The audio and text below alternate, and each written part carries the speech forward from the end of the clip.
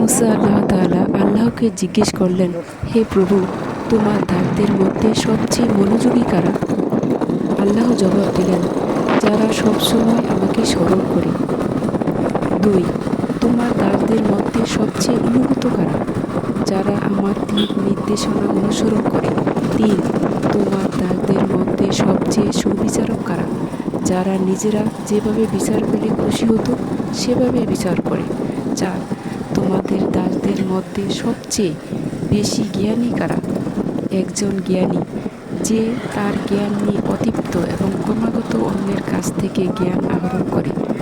5, তোমার দাসদের মধ্যে সবচেয়ে বেশি সম্মানিত কারা? যারা প্রতিশোধ নেওয়ার ক্ষমতা থাকা সত্ত্বেও ক্ষমা করে দেয়।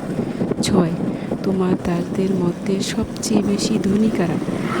যারা তাদের যা আছে তা নিয়ে সন্তুষ্ট। 7, তোমার দাসদের মধ্যে সবচেয়ে দরিদ্র কারা? যারা তাদের প্রয়োজনের চেয়ে বেশি আকাঙ্ক্ষা করে। আবু হুরায়রা রাদিয়াল্লাহু তাআলা আনহু, ইবনে হিব্বান।